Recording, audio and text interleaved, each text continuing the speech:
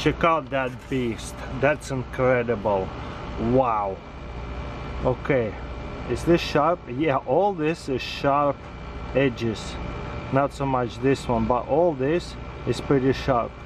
Not razor sharp, but definitely all that is sharp enough. And it's a flipper. Let's check this out.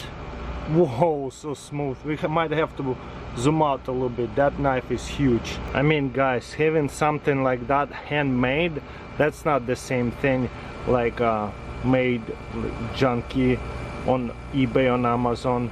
This is handmade. There's a brand of it. Todd, Begg, USA. This thing is incredibly sharp. I don't even want to touch the blade. Wow. So how do we break it? Looks like there's a frame lock. You pull on that and close it. Wow, so smooth. It's like a machete with the like a guard, but giant spikes over here, 8 of them. And look how smooth that is. I barely have to like flick it.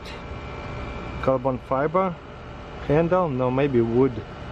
But beautiful. Look at that design. This is just overbuilt knife for sure.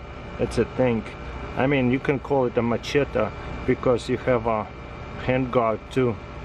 That's insane. What would you use it for? Honestly, never know. That would be a cool to have in the collection for sure. This is just such a piece of art. Wow. Let's close it slowly. Look at that. Boom. Definitely gotta keep your fingers off there. It's so smooth. Check this out. Boom. And then it locks in. Doesn't come out. Wow, that's insane.